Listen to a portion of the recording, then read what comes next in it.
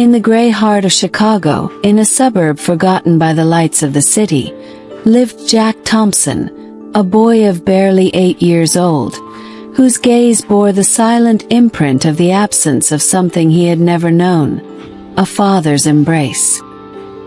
His mother, Annette Thompson, a young woman of 28, maintained that small one-room house with the sweat of her hands, working as a maid in a wealthy family's mansion, where the heavy routine and minimum wage barely covered the rent and provided food. Meanwhile, Jack, still a child, helped out however he could, selling candy in the large buildings downtown, where men in ties hurried by without even looking at him, except for one, just one, whose smile seemed to stop time. And before continuing, subscribe to the channel now so you don't miss any of the most heartwarming stories that will change your day. Every day at 8 o'clock sharp, Jack would watch that man cross the sidewalk as if he owned the world, but without the arrogance of the rich. Peter Smith, a tech millionaire with his impeccable suit and human gaze, would stop, bend down, stroke Jack's hair, and always buy him 5 packs of candy, repeating like a daily prayer, "Don't stop studying, you'll be a great man." Simple words, but they entered Jack's soul like a sacred promise, fueling an impossible dream. That one day, perhaps, he could be someone important, like that man who seemed, somehow, to carry an old and familiar kindness.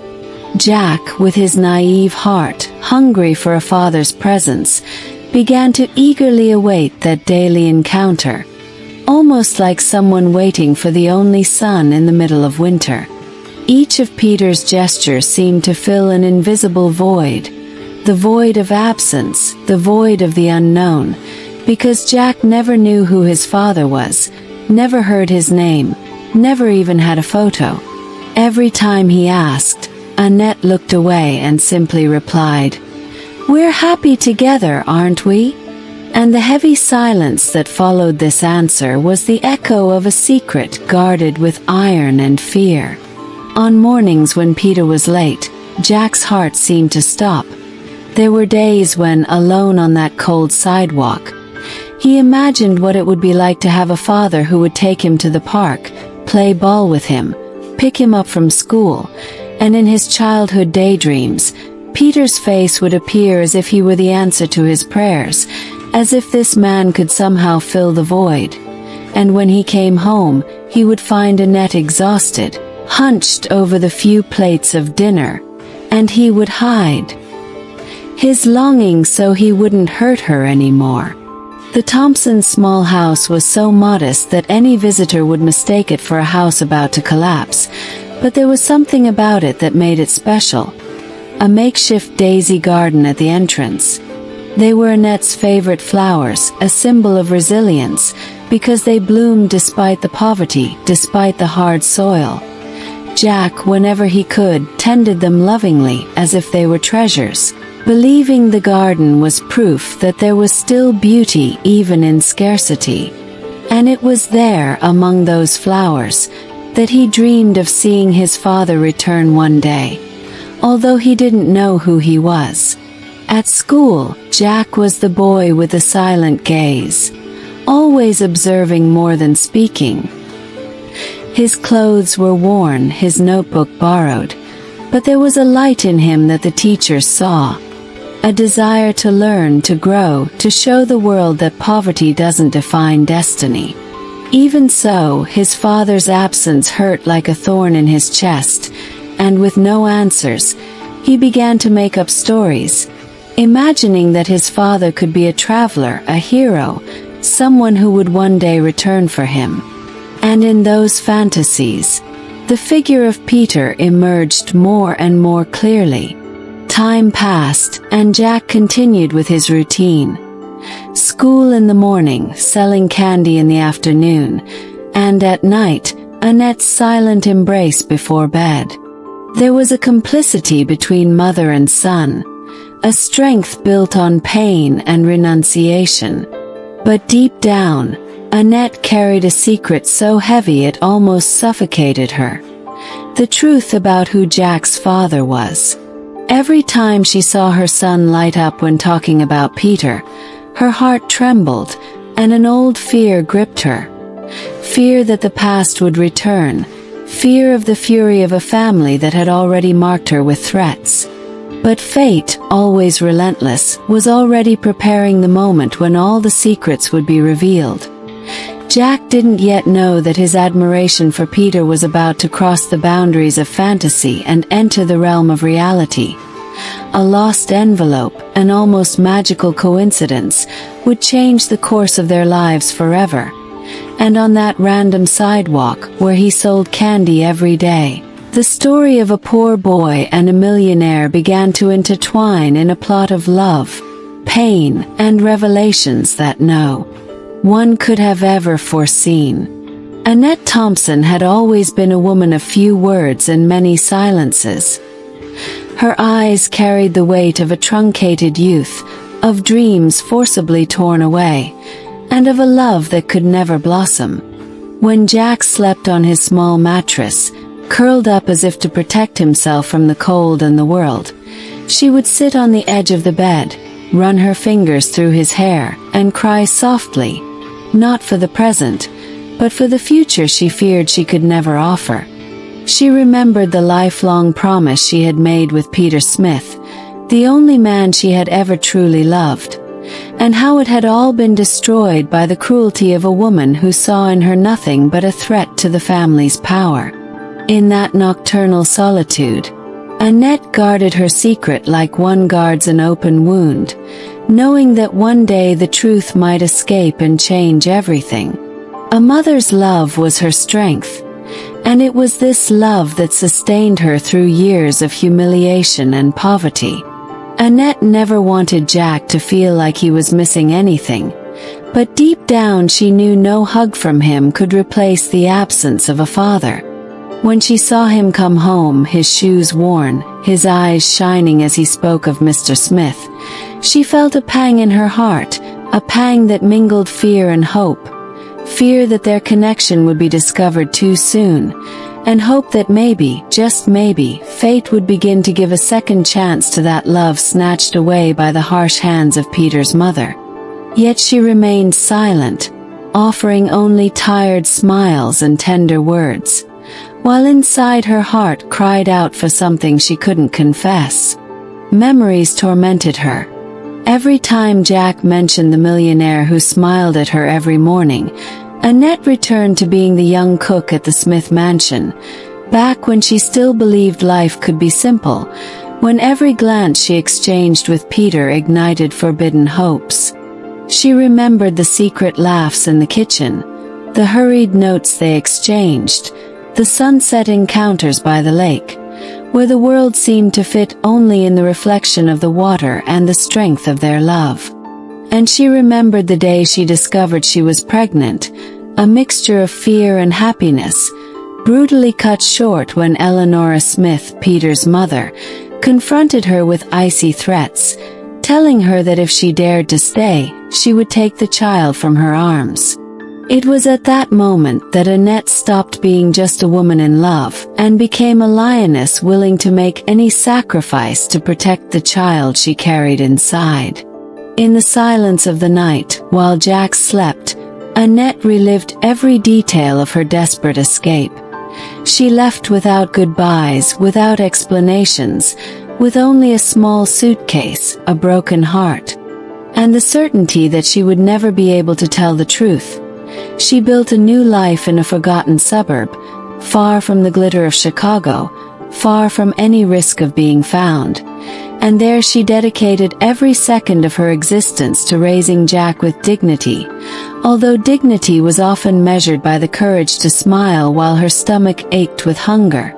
Every hardship became bearable when she looked into her son's eyes, eyes that reminded her of Peter's, and that were both her strength and her greatest wound. Annette didn't allow herself to think about what might have been, but there were times when her heart betrayed her. When Jack came home from the street talking about how tenderly Mr. Smith treated him, she felt a flame ignite inside her, the flame of a love that never died. It was as if fate was mocking her, bringing Peter back into her life through her son's eyes, without her being able to stop it. Often, locked in the small bathroom in the house, Annette would let the tears flow, asking God how long she could hide the truth, how long she could bear the weight of having taken away from Jack the right to know his own father. But deep down, she knew she was only postponing the inevitable. The women of the neighborhood admired her in silence. Annette was the portrait of the hidden strength of mothers who carry the world on their shoulders, who work until their bodies ache and still find the energy to smile at their children. But no one knew the true story. No one imagined that behind that routine of sacrifices hid a woman who had loved intensely, who had experienced a forbidden romance, and who now walked every day through a minefield, afraid that a simple coincidence would reveal everything. It was this fear that made her shudder every time Jack spoke of wanting to know more about Mr. Smith, of wanting to understand why this man seemed so close to her, so different from all the others. Annette's feminine heart, full of wounds and still beating with love, was at war with itself.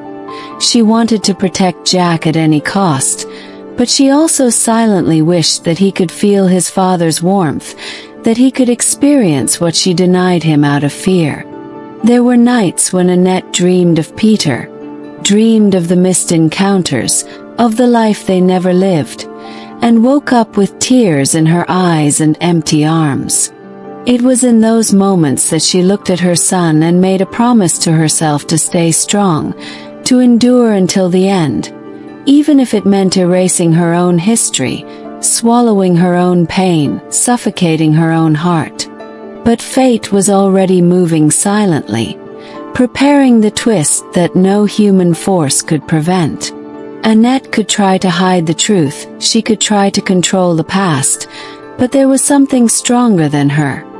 The love of a boy in search of answers and the unbreakable bond between him and the man who, unbeknownst to her, was her father.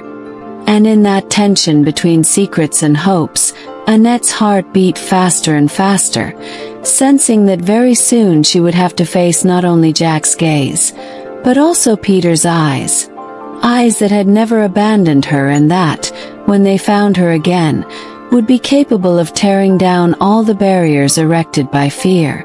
On that frigid Chicago morning, Jack stood as always in front of the building where he hoped to find Peter Smith, clutching the packets of candy with a childlike hope that drove him forward in the midst of poverty.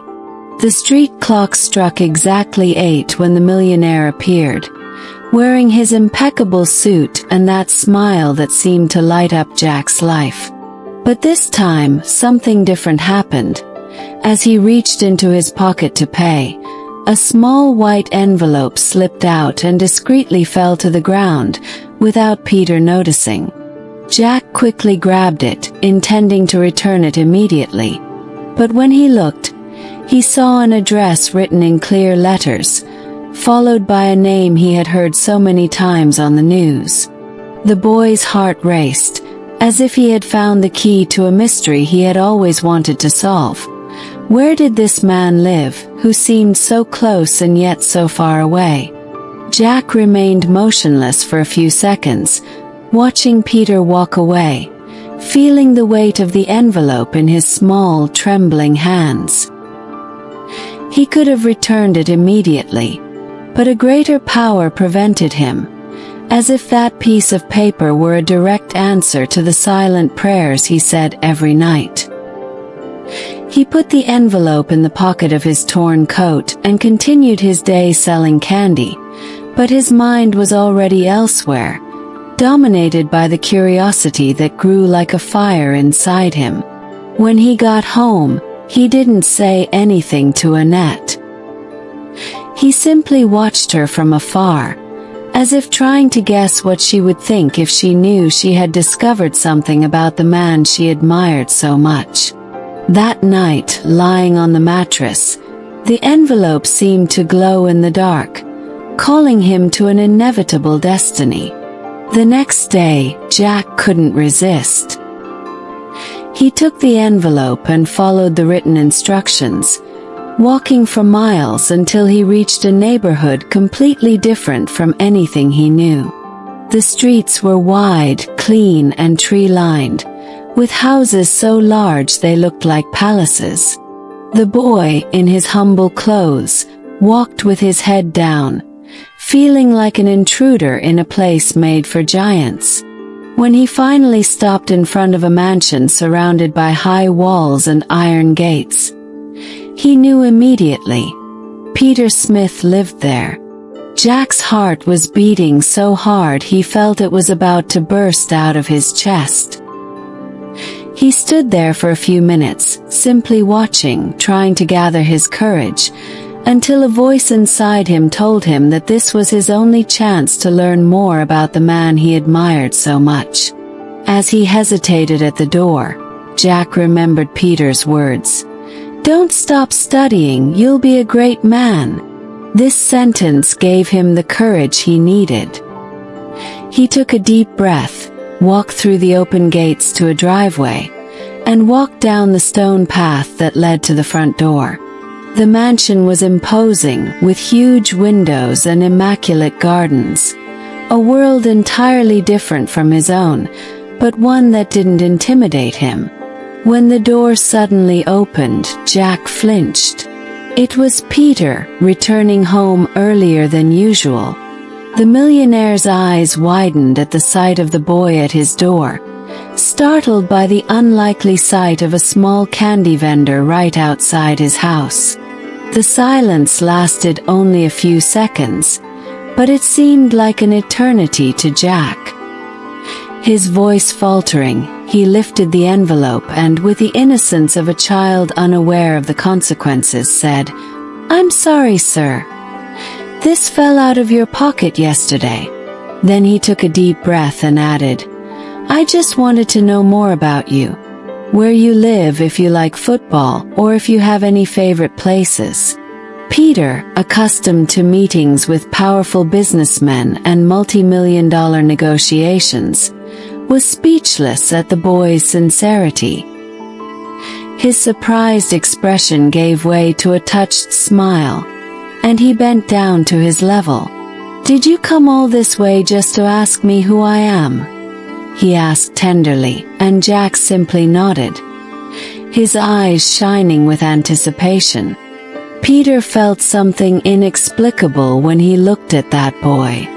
There was a sweetness in his demeanor, a strength hidden in his fragility, that moved him deeply. He invited Jack in, offered him hot chocolate in the mansion's marble kitchen, and they chatted like old friends. Jack talked about his mother, about how they used to tend the daisies together in their small front garden, and Peter listened to every word as if it were a revelation. Time seemed to stand still, and by the time Jack realized it, it was too late. He looked out the window and saw that the last bus to his neighborhood had already left. Despair was written on his face, but Peter reassured him, telling him that he would take care of everything. With kindness and ease, Peter led him to the luxury car parked in the garage and, behind the wheel, drove to the neighborhood where Jack lived. The millionaire said nothing along the way, but he kept glancing at the boy next to him, and something inside him burned with apprehension. When the car finally stopped in front of the small house with the daisies, Jack smiled and said, "Those are my mother's favorite flowers. She loves daisies." Peter smiled back and replied gently, "I love them too. They remind me of someone very special." But before he could finish, the front door opened.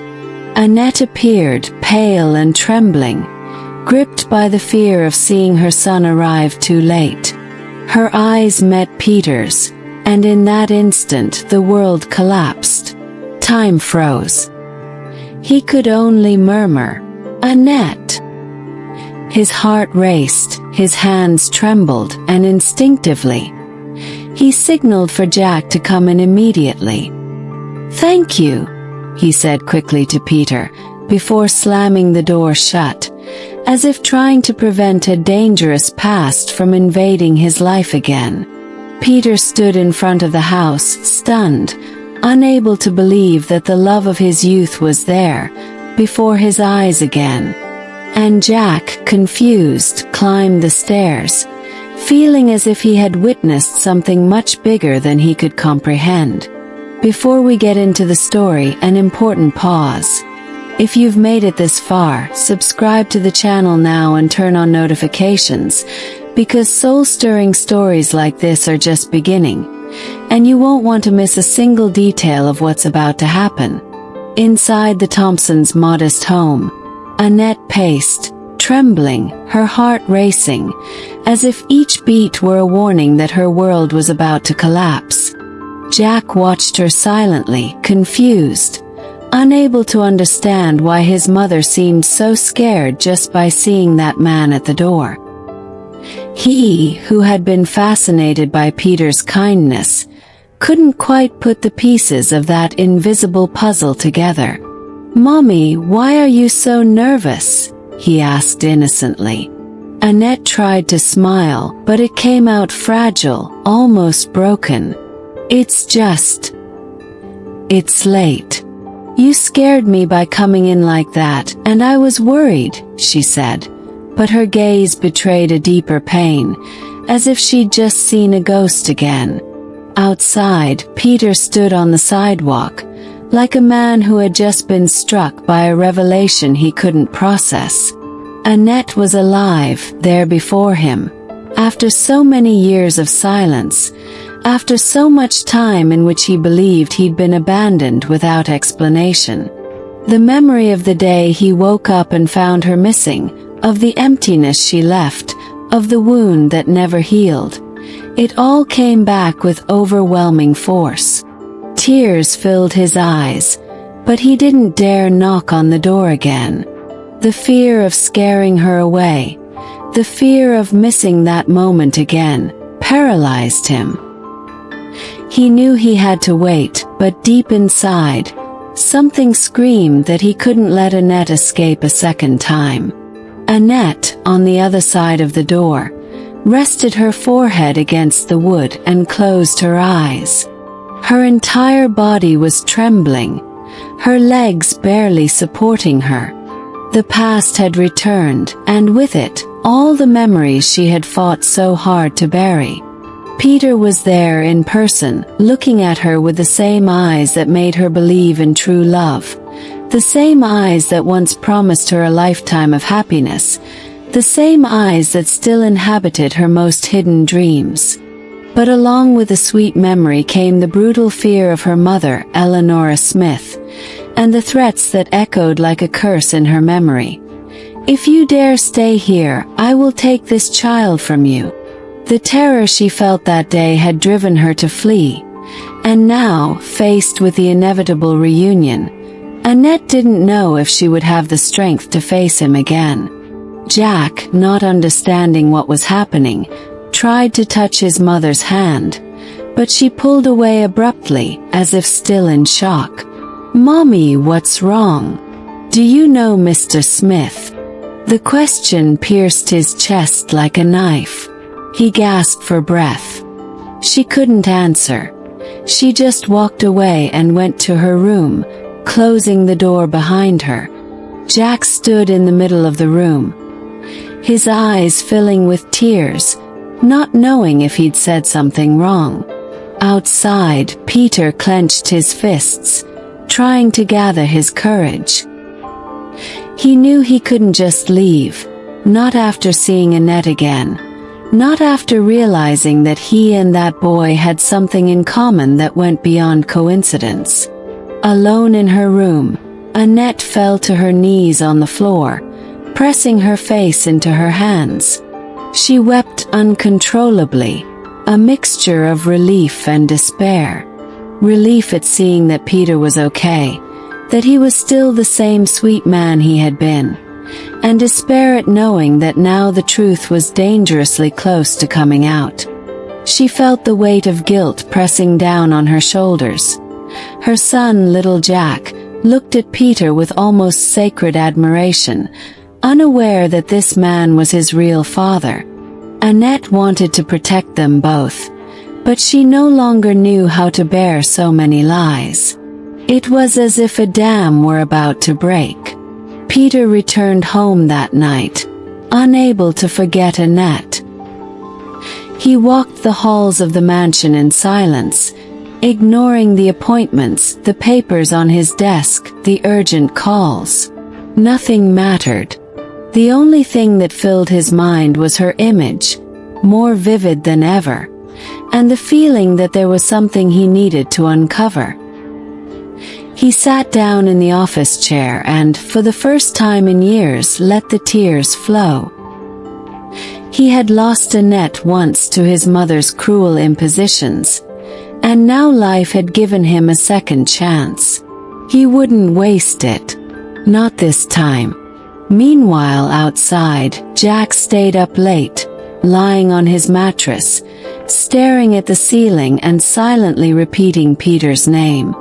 There was something about that man that gave him peace, something that filled a void he had always carried without understanding.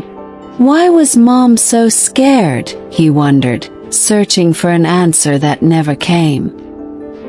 His eyes closed with silent tears, and in his heart, the image of Peter mingled with the fantasy of a father he had always longed for. The boy didn't know it, but fate was already deciding for him, preparing for the moment when all the truths would come to light, forever changing his life and his mother's. Peter woke up that morning with his heart on fire, as if the night had been nothing more than a disturbing nightmare. The first thing he did was look in the mirror, and he didn't see the powerful man everyone respected, but a broken man, hurt by the past and the lack of answers. He couldn't accept that Annette was still so close and yet so far away. Memories assaulted him brutally. The stolen kisses in the rain, the promises whispered under the moonlight, the sparkle in her eyes as they dreamed of a future together. And along with them, the scar from the morning when everything was lost, when she disappeared without a trace, taking with her not only his love, but also a part of his soul. The pain of that abandonment continued to gnaw at him, and now, reunited with her, Peter felt as if fate had granted him an opportunity that he could not, under any circumstances, waste. Across town, Annette tried to regain her composure with trembling hands, but with each breath she sank deeper into panic.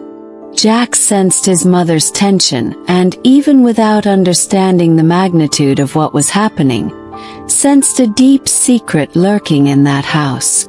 She had hugged him tightly that morning, as if to protect him from a storm that had yet to arrive, and the tears she had hidden ran silently through her hair. Annette knew she could no longer flee, but the fear of Peter's mother gripped her, like a ghost that always reappeared when she least expected it. The old threat still resonated like a whip in her memory, and no matter how much time had passed, the terror seemed undiminished, as if Eleonora were lurking, ready to destroy everything once more. Peter, determined, put business aside, surprising everyone. He no longer answered calls or emails, nor did he attend meetings. His concerned younger brother tried to intervene, but Peter simply responded with the sincerity of a consumed man. "I need to find her. Without Annette, nothing makes sense." This obsession wasn't a whim. It was love, an open wound that needed healing. He discreetly hired someone to follow his steps, someone who could discover why Annette had abandoned him in the past and why she seemed so terrified now. His heart cried out for answers, and he wouldn't rest until he got them. Meanwhile, Annette paced slowly around the kitchen, making coffee, but tasting nothing she prepared. Curious, Jack persisted with innocent questions. "Mommy, will Mr. Smith come back? He seemed to like me. I wonder if we'll ever get to see him again."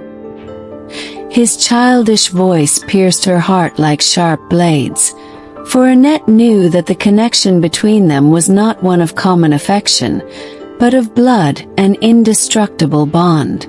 The boy had been searching the world over for a father he had never met, and now, without realizing it, he was standing before him.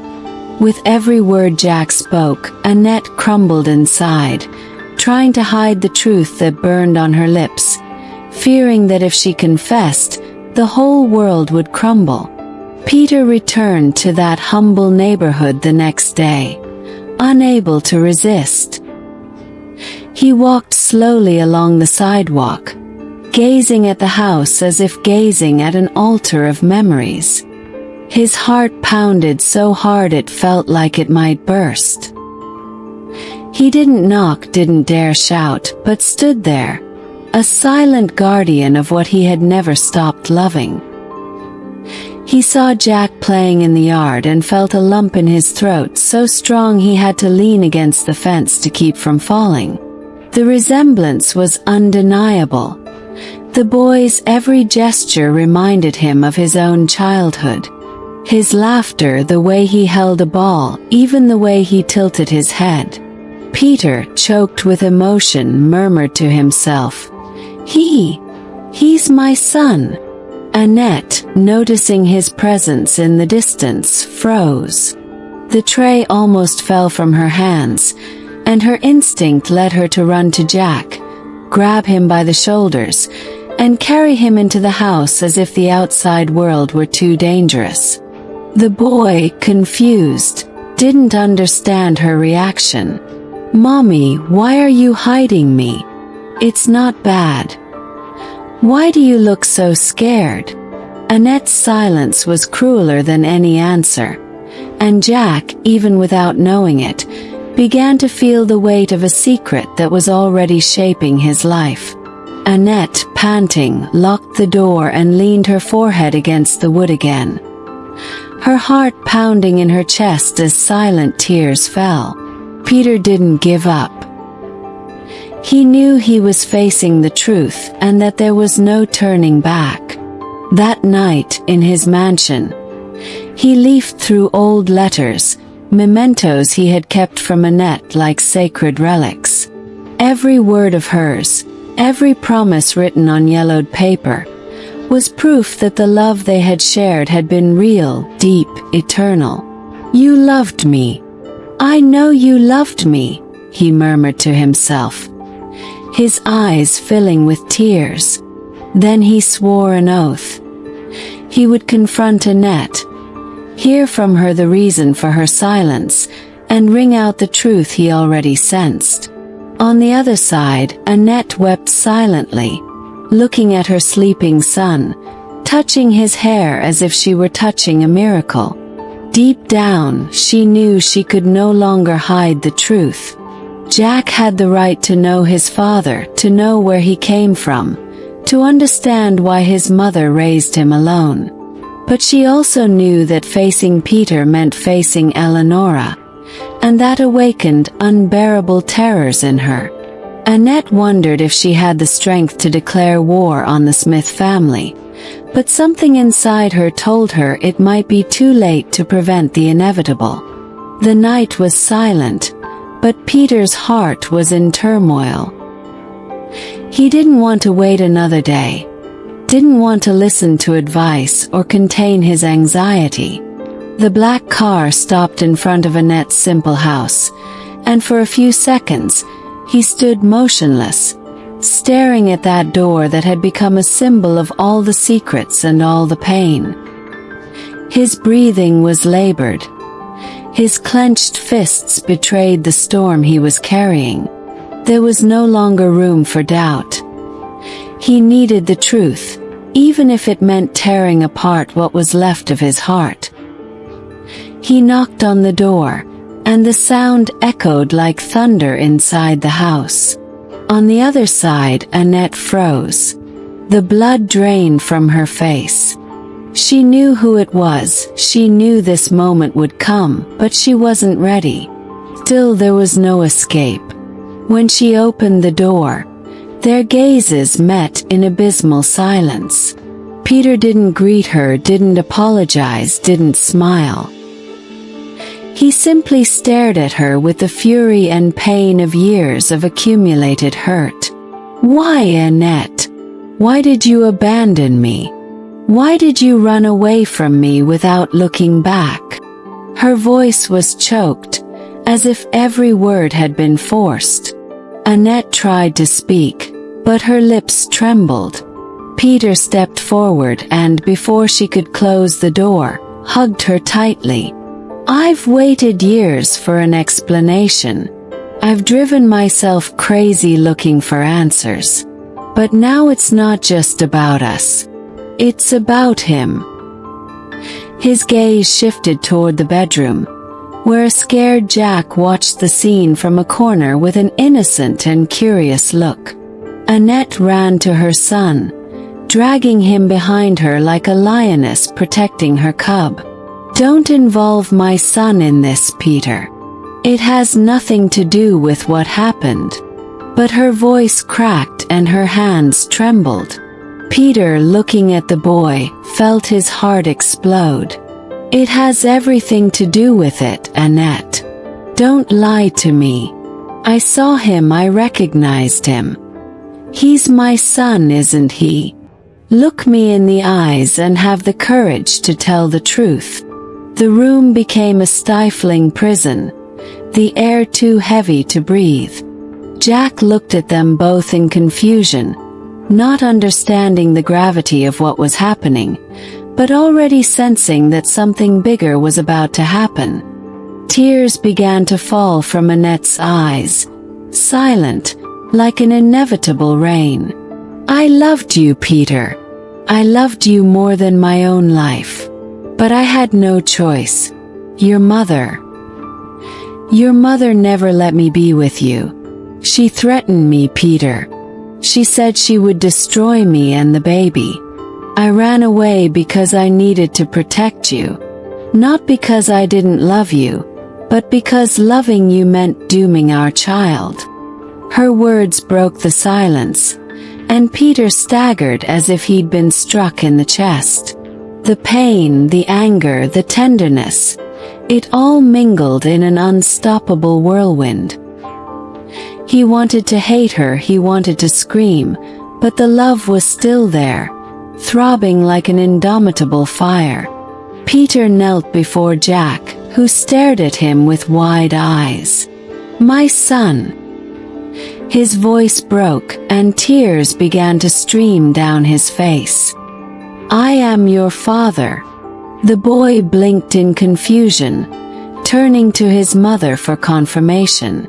Annette cried even harder and silently nodded. That gesture was enough to change Jack's world. He didn't fully understand what it meant, but he knew something big and irreversible had just happened. He reached over and reached his small hand toward Peter's face, as if touching a new truth. Annette fell to her knees beside them, overcome with tears. "I never wanted to deprive you of this, Peter. I never wanted to deny my son the right to know his father. But I was so afraid. I'm still afraid." Peter looked at her with tears in his eyes, squeezing Jack's hand tightly. "You don't have to be afraid anymore. I'm here. And I swear with all my being, I will never let anyone touch you again." The promise came out like a decree, and Annette, even immersed in her grief, felt a spark of hope blossom deep within her soul. The silence that followed was dense, but not empty. It was the silence of a new beginning, of a truth finally exposed, of an open wound that perhaps was beginning to heal. Jack snuggled between them like a living bond uniting them, and for a few seconds, even in the midst of the storm there was peace. But Annette knew that moment was only the beginning. Eleonora, the shadow of the past, was still out there, alive, strong and ready to destroy. And inside her, a burning certainty burned. Loving Peter again meant facing a powerful enemy, perhaps crueler than before. This realization hurt like a knife in her chest, because Annette understood that happiness with Peter would never come without a high price. Every moment of peace was now surrounded by the fear of what might happen, by the shadow of an uncertain future that seemed to already stalk this reborn family. Peter, however, would not give up. He was no longer the naive young man who had once allowed himself to be separated. Now he was a man capable of moving heaven and earth to protect what he loved. He stood, holding Annette's hand, as if sealing an unbreakable pact. No more lies, no more fear. We will fight together. For our family. For our son. And in that moment, even though the war had just begun, Annette felt she was no longer alone. The strength in his voice, the determined gleam in his eyes, made her believe that perhaps there was a chance, however remote, of overcoming the impossible. And even aware of the imminent danger, she chose to believe, because sometimes love is stronger than any shadow, more resilient than any threat, more eternal than any evil. Dawn had barely begun when the sound of Eleonora's heels broke the razor-sharp silence of the street. Annette's door opened without warning, without delicacy, as if the entire world belonged to her. Her presence filled the space with the same coldness it always had.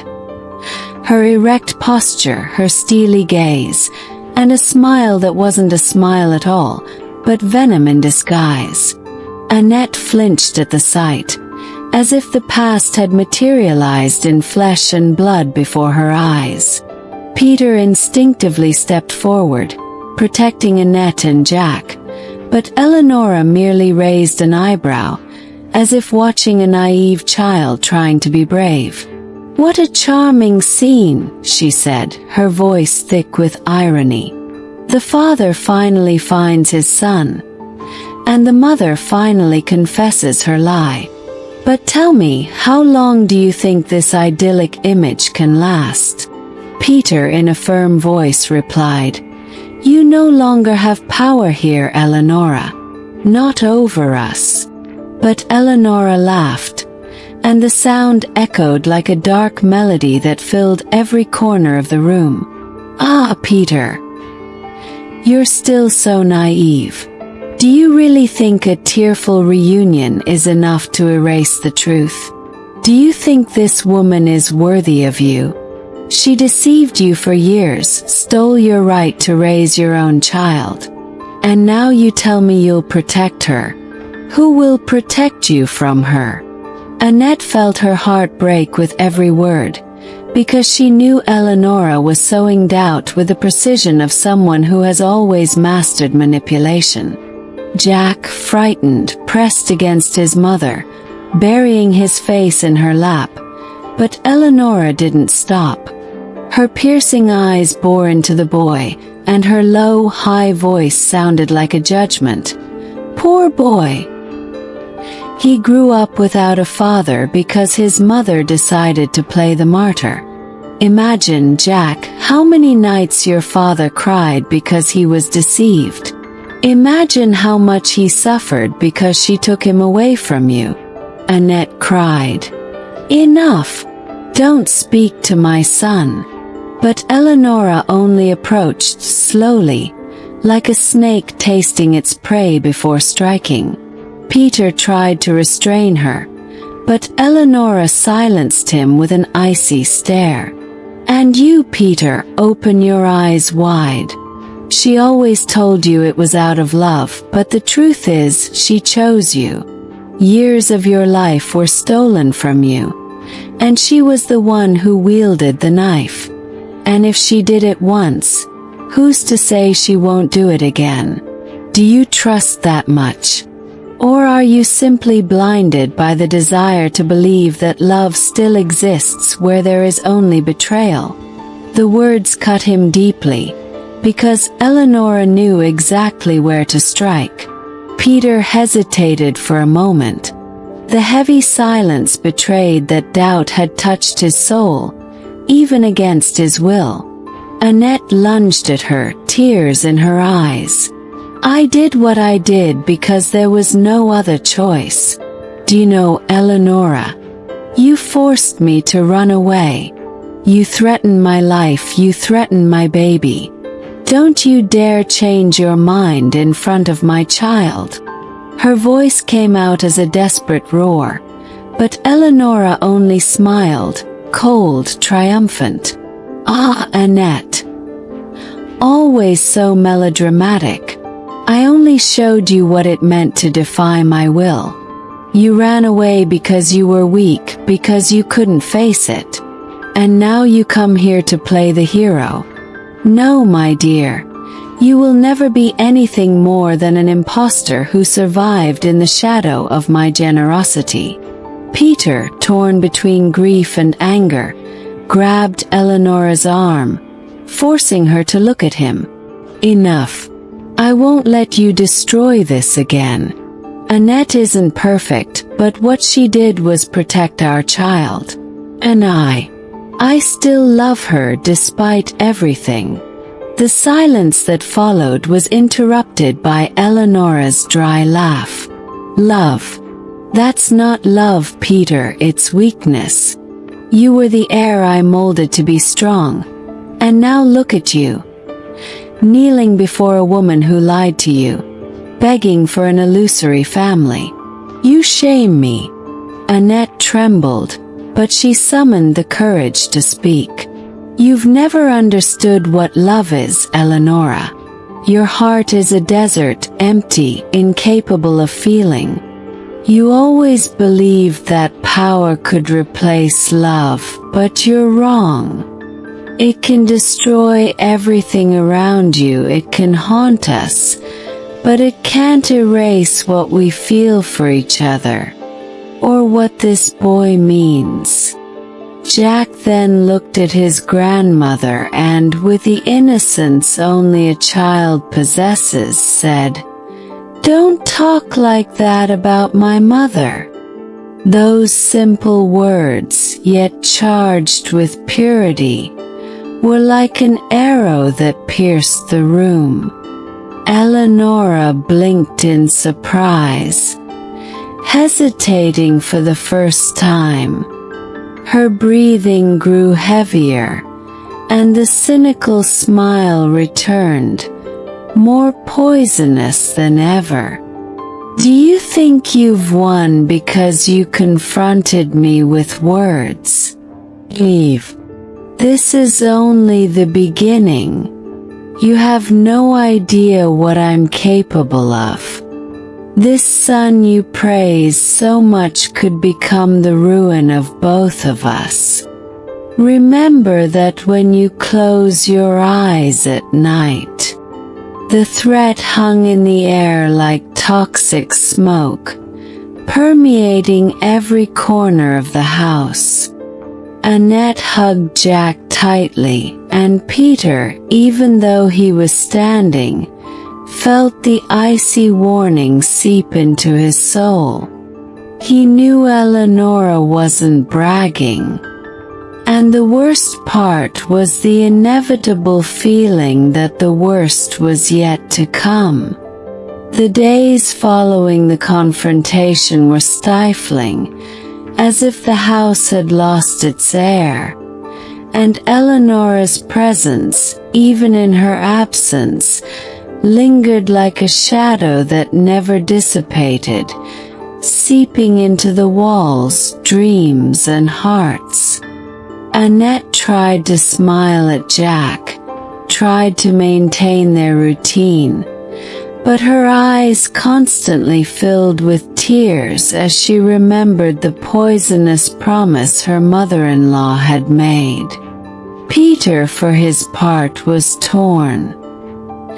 His love for Annette burned brighter than ever, but Eleanora's words had taken root in his mind, creating small cracks that, with each passing day, threatened to become chasms. With each silence from Annette, with each hesitation in sharing details of the past, Peter felt a flame of doubt burning in his soul. And it was precisely that flame that Eleanora had purposefully lit, for she knew her own son's weaknesses better than anyone. While Annette sought refuge in silent prayer, asking God for strength to protect her family, Eleanora moved like a ruthless strategist on an invisible war game. She didn't attack directly. She didn't need to. Instead, she spread rumors around the village, whispered in the right ears, did small favors for influential people, manipulating with almost demonic skill. Annette's name began to be entangled in twisted stories. They said she had cheated on other men before, that she lived by lies, that even Jack's birth was shrouded in dark secrets. None of it was true, but the poison spread quickly, and every contemptuous look Annette received on the street was like a fresh, open wound on her already healed skin. Peter began to be approached by acquaintances, people who feigned concern but carried the seeds of discord in their words. "Be careful, Peter. He doesn't look like who he says he is. Don't you find it strange that he hid your son for so long? Men like you deserve loyal women." He tried to resist, tried not to listen, but the incessant repetition of these phrases began to erode his resolve. And in his most fragile moments, when he saw Annette crying instead of comforting her, his heart filled with the fear of living in an illusion. Eleanora knew that fear was more devastating than any direct blow, and so she nurtured it with cruel patience, like someone who waters poison so that it grows and flourishes. The culmination of the plan began when Eleanora put her cunning skills to work. She falsified documents, old letters, and even false testimonies from people who swore they had seen Annette with another man during the period when Peter was not present. The plot was so well crafted that even the most loyal began to doubt. Peter received a mysterious envelope on his desk, containing press clippings, written testimonies, and even doctored photographs. His heart broke at the sight.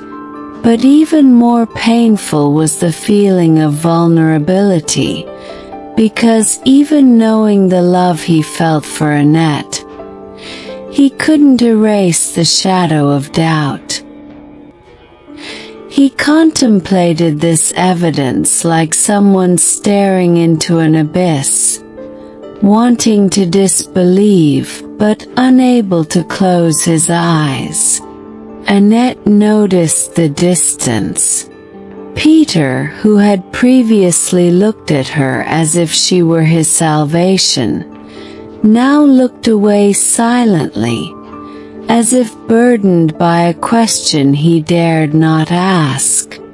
Jack noticed the change in his father and asked, "Why don't you smile at Mom anymore?" But Peter just stroked the boy's head, unable to answer, his heart bleeding.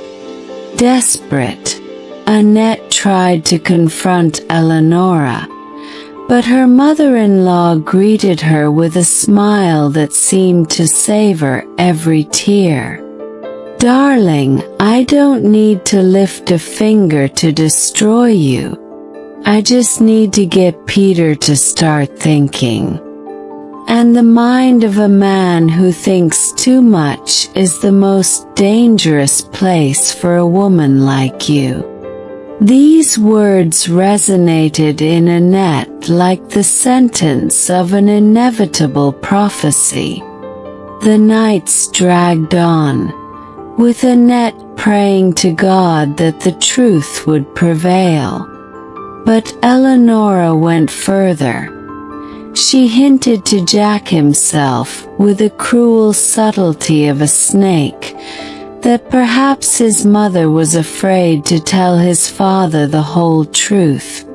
The innocent boy repeated this in front of Peter, not understanding the weight of those words, and it was like a bomb exploding in his heart. Annette cried desperately, trying to explain that Eleonora was manipulating even her. But Peter, hurt and confused, simply asked for silence. The coldness in that moment was like a sword that pierced Annette through and through, and she knew Eleonora was winning. Eleonora, satisfied, watched from afar the theater of destruction she herself had planned. Her mind was like a spider weaving invisible webs, in which Annette became more entangled every day. And Peter struggled, a prisoner of contradictory feelings. Love was still there, alive and throbbing, but the poison of fear and mistrust had already taken deep root. The great lady of manipulation knew that the fall didn't have to be swift. All it took was to let them bleed slowly, until the weight of doubt became unbearable and separation inevitable. And so, amid Annette's desperate prayers, Jack's silent tears, and Peter's suffocating anguish, Eleonora's promise began to be realized, to tear apart what love had bound together, not with screams or weapons, but with the invisible power of words, innuendo, and subtle manipulation that seeped into even the most intimate crevices. The family she had fought to reunite was crumbling before Annette's eyes, and she, in her grief, knew she was facing the cruelest battle of her life, not against men, but against the cold poison of a woman she had never known how to love. Peter entered the small living room of the Thompson house, as if he were carrying a storm inside. The envelope in his hands trembled, not from physical strength, but from the weight of the poison Eleonora had placed inside. Every clipping, every doctored photograph, every forged letter seemed to scream a silent accusation against Annette. Her eyes, once full of tenderness and hope, now burned with pain and doubt.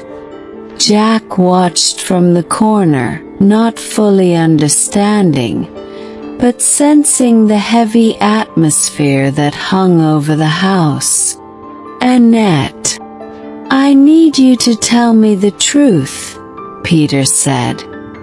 His voice strained, his jaw clenched. his eyes searching hers for any sign of sincerity or betrayal. Annette swallowed hard, feeling as if all the air had been sucked out of the room. Her heart pounded, and her sweaty hands clenched nervously. "Peter, she began, but her voice broke before she could continue. She looked at Jack, who was now holding her small hand, offering silent strength. The pressure was crushing. Peter's doubt fueled Annette's terror. Losing his trust would mean losing not only the man she loved, but also the future she had dreamed of for her son. Peter threw the envelope onto the table, scattering its contents as if to accuse her in front of everyone. "Look at this, Annette. Photographs, testimonies, letters. Even our son is implicated in your lies. Explain it to me. How could you hide this from me? How could you deceive me for years?" His voice rose with each word, a mixture of fury, pain, and despair. Jack flinched, aware of the gravity of the moment, and closed his eyes tightly, trying not to cry. Annette took a deep breath, trying to find the strength to face this man, who for years had been the love of her life, now turned into a figure who judged him. Annette's hands trembled as she picked up the photographs from the floor, trying to explain the situation. "Peter, you have to listen to me. None of this is true. Eleonora. She manipulated everything, she made things up, she fabricated evidence. I never lied to you. Never. I did everything I could to protect you and Jack, to protect our son from an evil you can't even imagine. She wanted to separate us from the beginning. It's all a lie." Her voice was shaky, but full of absolute sincerity. Her pain and anger mingled, and her eyes burned with tears that threatened to fall at any moment. Peter looked at her, his eyes watery but still full of doubt. "Annette, what if this is true? What if you really have hidden something from me? Jack, our son. All of this. Maybe you're cheating on me again." His voice dropped to a whisper, but it was laced with an implicit accusation, and each word seemed to cut through Annette like sharp knives. The tension became palpable, as if the whole house was holding its breath, and Jack began to sob softly, holding tightly to his mother's hand. Annette fell to her knees, holding Peter's arm. "Peter, look at me. I never betrayed you. Everything Eleonora says is a lie. I never hid Jack from you out of malice. It was only to protect him. Don't let his poison destroy what we've built. Don't let him steal the love that still exists." Her words came out like a strangled cry, but they were filled with pure truth, and every tear that fell from her eyes seemed to light up the path of hope that still existed between them. Peter closed his eyes, took a deep breath, trying to separate the truth from the poison. Every word Annette said made his heart teeter between anger and love, between distrust and devotion. He thought of all the good times, the dreams they had shared, the daughter who had irrevocably united them. The pain of imagining losing everything was greater than any doubt Eleonora had instilled in him. Finally, he let his guard down, leaning closer to Annette, cupping her face with trembling hands. "If you're telling me the truth, if this is all a lie, I promise I won't let anyone destroy us. But I need proof. I need to see Eleonora as she is." Annette sighed in relief and hugged Jack. "Peter, I'll show you everything. I'll prove to you that nothing she says is real. We'll fight together, just as we always should have. Nothing will separate us again. Not her, not the lies, not the fear." The boy, his eyes shining, hugged Peter around the waist, finally feeling the warmth of a father present, and in that instant, a spark of hope rekindled everyone's souls. They knew the war wasn't over yet, but their bond was now stronger than any poison Eleonora could try to sow. The next morning, a dense but different silence reigned. It wasn't just fear, but the tension of waiting for justice. Peter entered the Thompson house, but this time he wasn't alone. He was accompanied by lawyers and witnesses he had prepared, ready to expose Eleonora's entire deception. Annette watched him with a racing heart, a mixture of hope and anxiety. Jack ran back and forth, happy, but sensing that something serious was about to happen. Peter held Annette's hand firmly, a silent gesture that he wouldn't give up, that he would protect her with all his might. Eleonora, arriving for yet another of her manipulations, was greeted with a look of unwavering determination. The meeting between mother and son, Annette and Peter, and Eleonora, who was approaching arrogantly, felt like the turning point of an impending storm. Peter stepped forward and said, "Eleonora, it's over. Your lies have no place here anymore.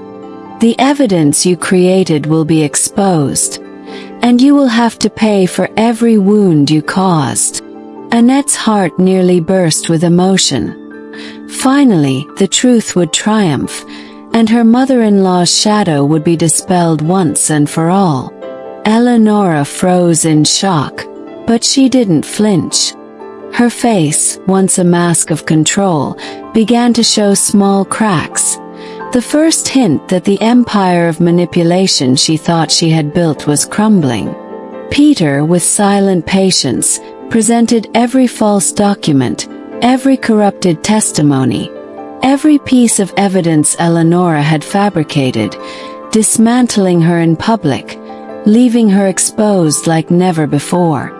The entire courtroom seemed to hold its breath, and Jack, even too young to grasp all the details, felt the power of the moment. His family was reunited, protected by the love that had always kept them together. Annette wept with relief, hugging Peter as he gazed down at the boy, knowing he was finally fulfilling the parental role he had longed for. Eleonora, furious and powerless, was forced to retreat, realizing that all his power over them had been shattered. With Eleonora's defeat complete, Peter turned to Annette, finally free of the doubts his mother-in-law had sown. He took her face in his hands, looking deep into her eyes, and said, "Nothing and no one will ever be able to separate us. I promise you, Annette, that I will protect you and Jack, our family, with everything I am and everything I can be." Annette, tears in her eyes, responded only with a trembling smile, squeezing his hand tightly. Jack, watching him, felt for the first time that the man he admired so much was not just a distant figure who bought candy and gave advice, but truly his father, present, loving and committed. The connection between father and son became palpable, so strong that it seemed to fill every void Peter's absence had left over the past few years. In the following days, Peter and Annette began to rebuild their lives.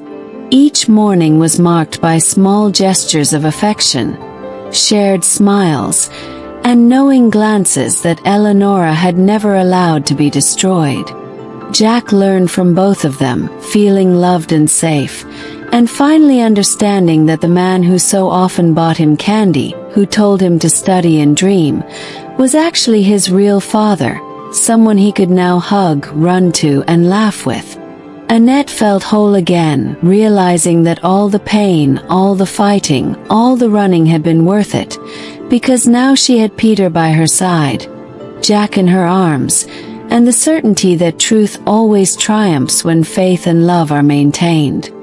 Justice against Eleonora was not only legal, but also moral. The entire town learned of the farce she had attempted to create, and the cold, ruthless reputation that had sustained her for years crumbled before the power of love and truth.